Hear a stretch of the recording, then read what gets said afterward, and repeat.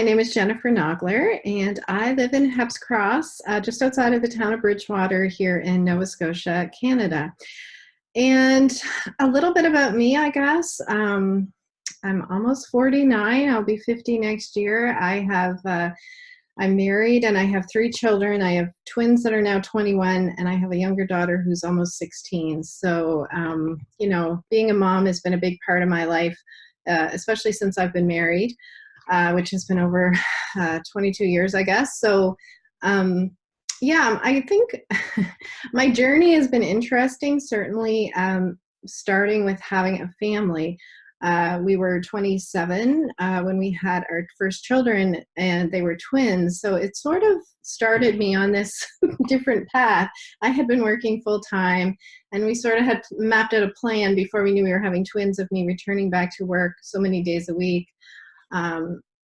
I was working as a dental assistant in an office here in Bridgewater. But once we found out it was twins, it just changed everything. And the owner of the clinic actually at the time, or the office, they had twins in their family. And she just told me she didn't think it was going to be possible for me to probably return full time. And, at the time I was thinking, but the reality is she was right. And in truth, I did want to be home in the beginning with my family. So that sort of started me on that path. I was definitely kind of a full-on stay-at-home mom for several years when my twins were young. And then when they turned 4, I decided that we'd always thought we wanted to have 3 kids. We both came from families of 3. And when Hannah and Noah turned 4, I thought, oh my gosh, next year they're gone to school. Like, if we're going to have a 3rd child, we've got to do this. It's now or never. So we had our 3rd child in July of that year, and Hannah and Noah started school in September. So I really spent about 9 deep years being a stay-at-home mom, but I was volunteering and doing a lot of the things I loved, and I was really thankful and felt grateful to be home and have time with my family when they were young. And I volunteered a lot at my kids' school, and I would go in with Hannah and Noah and volunteer. This was when they were in elementary school, of course, and I'd help out in the little library or help out in the classroom, and I would take Grace with me in her stroller or in her seat, and it was a lot of fun, and I love thinking back on those times. And through that course, I like to be involved with things, I guess, or I like to know what's going on or help out if I could.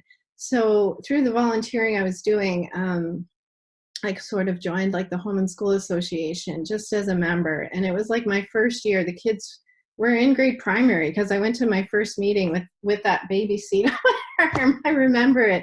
And a lady there, after I had been to I was a few months in, and I think they were getting ready to have elections or something, but she really wanted me to run for president of this group. And I'm like, I have barely been at this group. I can't run for president.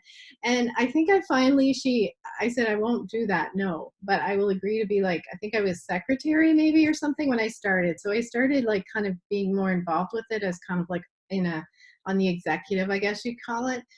But over time, it did happen that I did become president. I think it was called president of the Home and School Association, and we have an elementary school and a middle school, so it's 2 schools together on one campus, sort of. So this was several years in, and then I became the president, and I enjoyed that work. It was sort of we did a lot of fundraising and things like that those organizations generally do. But part of that role involved, I was okay, leading a meeting, kind of running a meeting, but there was a couple times where you had to get up and speak in front of the parents or the students. And I remember usually every year at the beginning of the year, I'd have to get up and I'd have a few minutes to speak during the Meet the Teacher night. And this was terrifying to me. Public speaking was not my strong suit at all. It was really terrifying. I have spoken more times than not with my legs shaking underneath me, my hands shaking. I'm a sweaty mess. I just feel nauseous. There was a lot of that every time I had to speak. It was nerve-wracking for days leading up to it. And I'd go, why did I do this? Why did I do this? But I got through those little by little, but some of them were really rough. But through that, it's just funny when I was thinking back on this, because everything you do kind of leads to the next thing, is what I think, when you let yourself say yes to things. Because I knew that public speaking was a tiny part of this home and school job. But I knew there was a lot more of it that wasn't public speaking that I enjoyed and that I wanted to help with. And I just thought, okay, meet the teacher, I can do this. I can do it.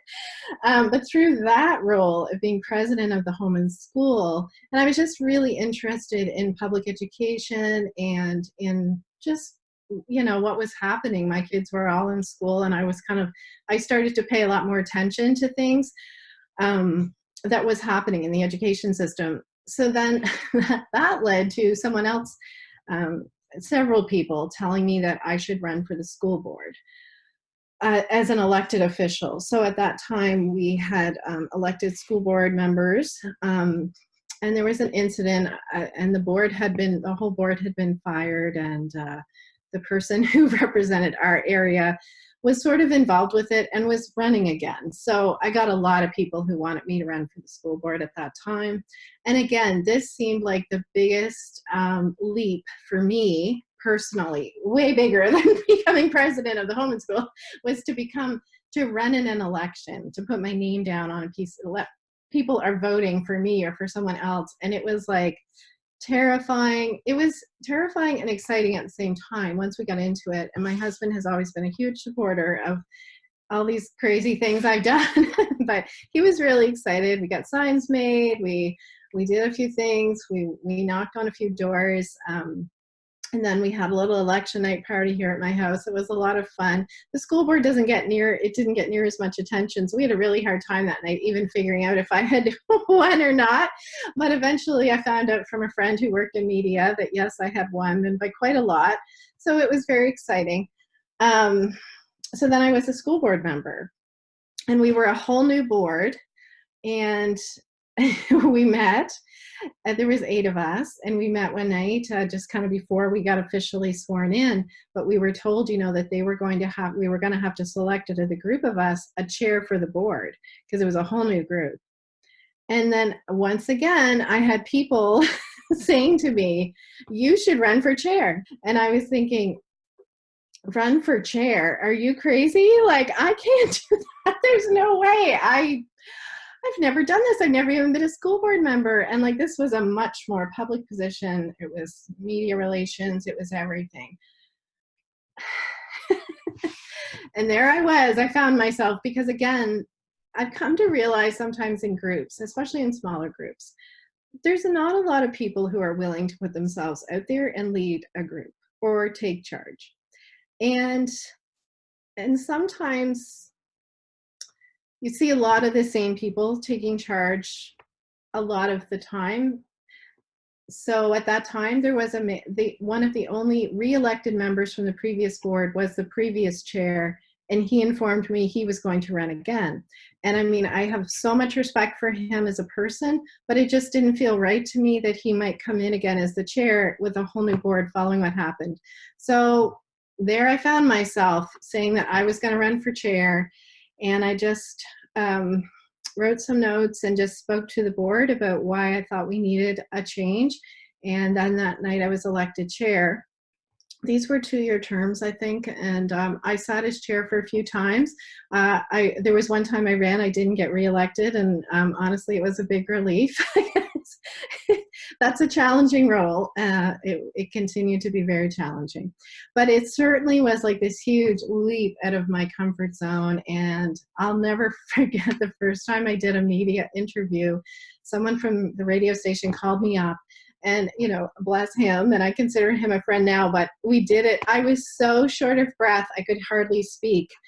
And when we finished, I was like, I think I need to do that again. And I said, can you just give me a minute? And like, I am literally trying to compose myself, like, to get through like a 30-second radio interview. And that's just one snippet. I mean, we had big public meetings where we were voting on closing schools. And I remember one night, I'll just give you a little TMI. I'm calling one of my best girlfriends from my bathroom, because I don't know if I can get out of the bathroom to go to this meeting, because I'm running this meeting and stating whether or not we're closing several schools. And it was Uh, it was tough for me personally, as someone who, could barely get through a 5-minute, meet the teacher speech, to then getting to a point where I'm running a whole meeting in front of my very first school board meeting as chair. There was a big issue on the table. And when I pulled up to my very first meeting, there was TV vans with cameras outside from CBC, and like that was my first meeting ever. So I just had like this initiation by fire, but I learned so much through all of that, and it definitely it's crazy when I think of what's happened since through all those little steps. But none of it would have happened if I said, no, I just can't do it. Or I would have let myself just be too scared to do it, because that is the truth. I was terrified. And just through all of that, different things, continued to come my way, other opportunities. And then it kind of got to a point where I finally decided I sort of wanted to try and do my own thing, and thought I'd give a go at starting my own business. And that's sort of where I'm at today. Well, I think having someone push you, anytime I've had people pushing me or suggesting you should do this, and it's always some big scary thing, I don't make the decisions quickly. Like, I spend a lot of time thinking it over, and talking about it with my family, usually, because these are usually public decisions. But I spend time talking to my family, and mostly my husband. But I think about it a lot. And really, a lot of what it comes down to, if I was going to say, how do I make the decision, is I really listen to my gut. Like, I really try to listen to myself. And even though I'm scared, I don't want to say, I have had many times when I say I don't want to look back and regret saying no to something, because I was just too scared to stand up and talk, or too scared to possibly fail at something. But I listen to my gut a lot, and doing something I have learned, it's very clear I have a memory of a specific time, but doing something I'm really scared to do, and doing it anyway, and doing a good job at it, is extremely powerful. And it lifts you up like nothing else. It's incredible when you do that. And I think the more you do that, and the more you let yourself do that, then the easier it is to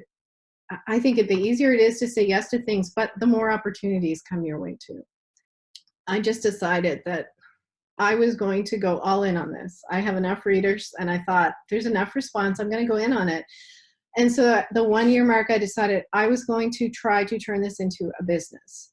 And I knew that right away, if I wanted to do that, the biggest thing I had to change was really my mindset, that this was going to be like my job. And if it was going to be my job, if I wanted it to be my job, I had to treat it like an actual job. And I had to start working on it like full time. And that's what I did. And it honestly changed everything. So November 2016 was my 1-year mark. And in January of 2017, I pitched 3 different businesses an idea I had for them, like of how we could work together, just kind of seeing if they'd be interested in sponsoring something on the blog. And all 3 said yes. And I was like, holy cow. And by April, I was being paid. And I think I made my first money in January and February that year. Someone had bought some ad space, but by April, I had 3 paying sponsors, and I started being paid for the job I was doing. And I'd say I'm working at it full time now, ever since. And this year, I actually have hired my first employee, so that's really exciting too. So it's just kind of been I have several I work with a lot of local businesses. They sponsor either a series, or we do a lot of social media campaigns together. So the one part of my blog, when I said I want to have a blog, and I sort of have this vision that's mostly come to life, I will say, but the one part I didn't imagine was how involved I was going to be with it. I really just wanted to write and take some pictures and share that. I had no intention of being on this blog at all, really. But my daughter, I went to a coffee shop, and it was a new coffee shop. I was taking some photos. My daughter, who was 14, I think at the time, was with me. And she said, let me take a picture of you. And she said, you should really be on your blog more. she said, like, she's big into YouTube, of course, and she was like, all the YouTubers, like, they're it's about them too. Like, they're a big part of why you want to follow them. And I knew she was right, because all of the bloggers I followed, like, I was fascinated by some of these women and their families and what they did, and listening to them talk. And like when Instagram came and Insta stories, it was incredible to hear these women talk and to see them. And so it just kind of clicked, this thing. And so I kind of decided I was going to try to put myself out there a little bit more. And I think it was, maybe it was that, gosh, was it only 2018? It might have been last year or the year before. But all the buzzword that new year was that Facebook Live. You had to be doing video, is where it was at. You had to be doing Facebook Live video. So this felt like this big monkey on my back. I just wanted to try it to see, and I just kind of said, I'm doing it. I came home from the grocery store. I had planned out, I was going to do this freezer meal cook. So I bought all these groceries for it. I was going to write a blog post about it for meal planning. And I just got home. I don't even know if I took my coat off. And I sat down at the table and I just went live and just sat there all breathy and huffy and said, well, I'm going to go, it's my first live. I just wanted to go live, tell you about what I'm doing. And then I told everyone I was going to go live again the next day and show them all my table full of these nice freezer meals I had made that morning. I'm going to go live at 10 a.m. So the next day I go live, but not at 10, because I am not ready. I am like a disaster. My kitchen's a mess. I don't have everything packaged up. Like, it took way longer. Everything was still hot. It was kind of a mess, but I went live anyway. I turned my phone around on this little tripod and went go live. I was like literally sweating. And over 1,000 people watched that video and responded and asked me to do more and wanted me to show them do the rest of the cooking. And the response to it was way bigger than I had ever imagined, and way bigger than any blog post I had ever done. 1,000 people weren't always reading my blog posts. That was for sure. So I just, that was in 2017, because that's when Elspeth and I started working together at Wells Lake Farm Market, and she was sponsoring a gardening series, and I was just going to ask her questions and write this out. And then I said to her, I know what we should do. We should do this on video. We should do it on Facebook Live. And she said, okay. And it really literally changed everything. So a big part of my business now is doing Facebook Live. And it's just, there's nothing that's quite as engaging as Facebook Live. And people seeing video is just how a lot of people consume content now. So it's really remarkable when I think of how far my business has grown in the last couple of years. But really how far I've come when I think about the public speaking aspect of it. Facebook Live, I guess, I don't know if you call it public speaking, but I'm definitely putting myself out there in a whole new way.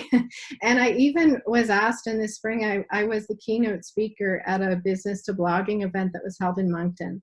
So when I think, really, when I trace it all back, it was to that starting to volunteer and really taking time, but finally saying yes to becoming, the head of the Home and School Association, and then where all that led, but everything it led to me being public in some way, or doing public speaking, or being the face of the organization.